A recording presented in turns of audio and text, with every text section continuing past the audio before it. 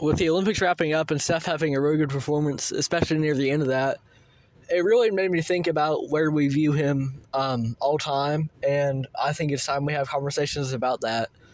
And it might be uncomfortable for some people.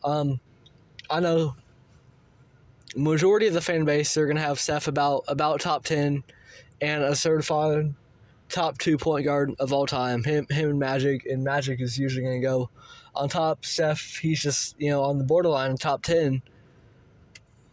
But I think it's time to start having conversations about more of that, about how high Steph really can rank reasonably. He's a 4-time NBA champion. In his first Olympics, he really shut out near the finals. And, what more does he need to do to get in that top 5 range, in that range of, hey, you can comfortably say that Steph Curry is the greatest point guard of all time, where it becomes like LeBron and Jordan. That's 1A and 1B. Someone asks you who the GOAT is, you can say either of those, and you're correct. Those two are certified top 2, no doubt, and it's them and everybody else. And then off to the side there, you got a guy like Kareem. If you say Kareem's the GOAT, yeah, people aren't going to take it as serious, but you say either LeBron or Jordan, that's all right. People are going to be okay with that and think that's justified. And I think Steph Curry, we need to get to a point where him and Magic are that same way, where they're pretty interchangeable. And you can say, like, hey, I think Steph Curry is the greatest point guard of all time, and people aren't going to look at you sideways. I think it's about time we have that discussion. I think a lot of it comes from the fact Steph's only, 34, 35, which he's got a couple more years left. And a lot of times we don't like to have retrospectives on these players until after they retired. I think LeBron's going to get some more flowers when he's done. Stuff like that, right? We don't appreciate what we have now until it's gone. I think part of that happens with Curry as well. Because I think you look at his resume, once again, 4-time NBA champion, been an all-star, all-NBA, all-decades team, NBA 75 member. Obviously, Steph is definitely top 75 all time. I can tell you that much. I really think it's possible that we can consider him top 5 all time and the best point guard of all time. And yeah, right now, you say he's top 2 point guard, but he's almost always going to be at 2 behind Magic Johnson, just above a guy like Isaiah Thomas. And I think Steph and Magic at this point are like MJ and LeBron, where they're the 2 standouts definitively, and that you can be able to say, hey, I think these 2 guys are the greatest point guard of all time, and there's nothing you can say about that, and it's a completely justified opinion. He revolutionized the game. Like, you go past his resume, the NBA would not be where it is today without Steph Curry.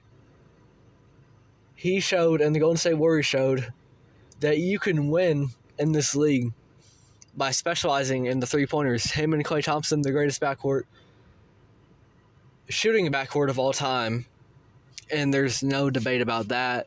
And now you see a team like the Boston Celtics this past year. They lived and died by the 3.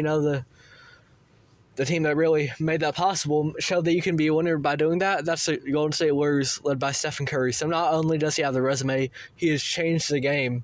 You got guys just trying to be Steph Curry, taking half-court shots in high school now, and, everybody wants to be him. And Magic Johnson, he changed the game as well.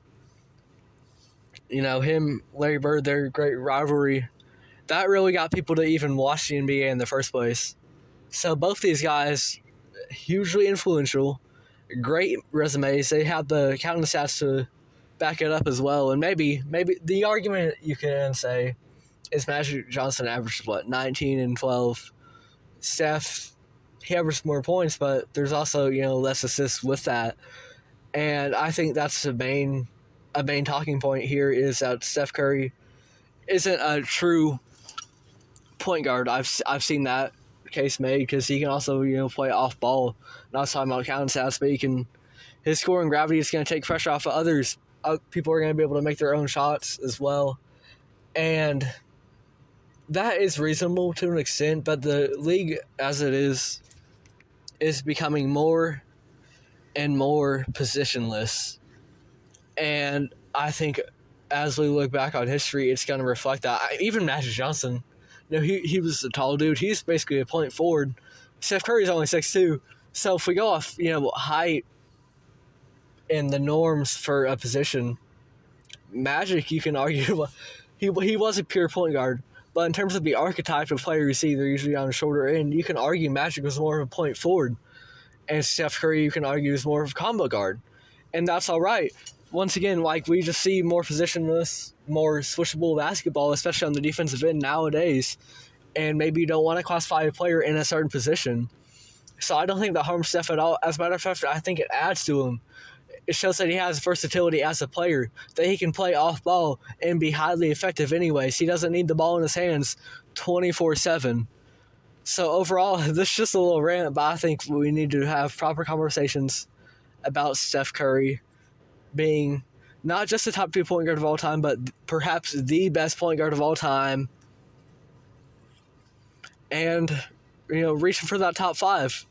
Because there's only a certain amount of players you can definitively say are better than Steph Curry, and some of them might be arguable. That's all for today. Thank you for listening. This has been the State of the Association. I'm Nash Roberts.